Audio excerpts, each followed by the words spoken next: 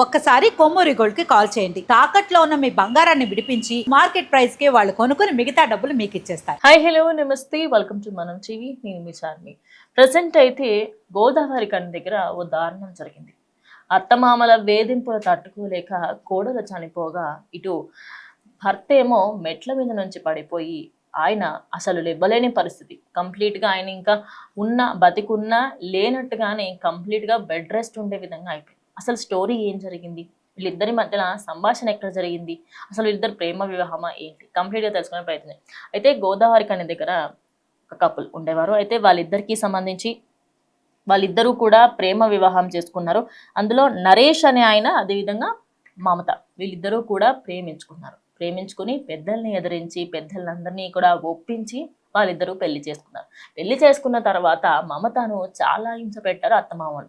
ఎంత దారుణంగా హింసించారంటే, నువ్వు కట్నం తీసుకొస్తావా తీసుకురావా, లేకపోతే ఇంట్లో నుంచి వెళ్ళిపో, లేదంటే మాటలు మాట్లాడడం, ఇష్టం వచ్చినట్టుగా తన వ్యక్తిగత జీవితాన్ని కూడా దూషించడం చేశారు. ఇక అప్పటి నుంచే తన మీద చిరాకు అనేది ఎక్కువైపోయింది.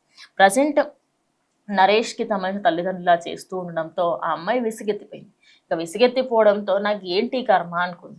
వాళ్ళ పేరెంట్స్తోని మాట్లాడి ఓ ₹1,00,000 అయితే కట్నంగా ఇచ్చిందనమాట. కానీ ప్రేమ వివాహం అవ్వడంతో వాళ్ళిద్దరికీ సంబంధించి ఇన్ని రోజుల పాటు ఆ కట్నం ఏదైతే ఈ అమ్మాయి ముందు ఇచ్చిందో, ఆ ముందు ఎప్పుడైతే పెళ్ళి అయినప్పుడు కానీ దాని తర్వాత కానీ ఈ అమ్మాయి ఫ్యామిలీ సైడ్ నుంచి ఎలాంటి మనీ రాకపోవడంతో, ఇప్పుడు ఇచ్చిన ₹1,00,000 తక్కువ అవడంతో డే బై డే వేధింపులు ఎక్కువైపోయాయి. అయితే ఒకరోజు వీళ్ళిద్దరికీ సంబంధించి అటు ఆయన ఇంట్లో ఉన్న సమయంలో మమత బయటకెళ్ళి తన పని తాను చేసుకుంటున్న క్రమంలో ఇంటి ఓనర్ నుంచి ఒక కాల్ వచ్చింది.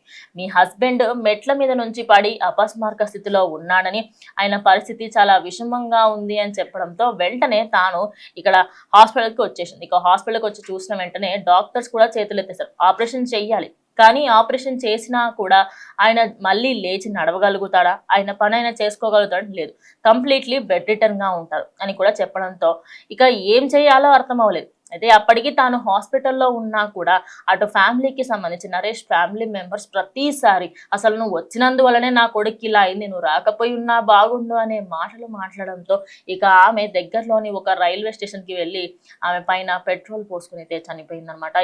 ప్రజెంట్ ఆ వీడియో, అదేవిధంగా తనకి సంబంధించిన ఫొటోస్ అనేటివి సోషల్ మీడియాలో తెగ వైరల్గా మారుతున్నాయి. ఎందుకంటే ప్రేమ వివాహం చేసుకున్నప్పటికీ కూడా అత్తమామలకి సంబంధించి వాళ్ళు వేధింపులు రోజు రోజుకి పెరిగిపోతున్నాయి. మరి ఇలాంటి సందర్భాలలో మరి వాళ్ళు ఆడవాళ్ళైనా మగవాళ్ళైనా ఎక్కడికి వెళ్ళాలి? దీని తర్వాత అటు భార్య లేక, అదేవిధంగా ఇటు ఫ్యామిలీ సైడ్ నుంచి ఎప్పుడు సపోర్ట్ లేదు. కొద్ది రోజుల తర్వాత ఇటు అబ్బాయి కూడా చనిపోయినట్టుగా తెలుస్తుంది.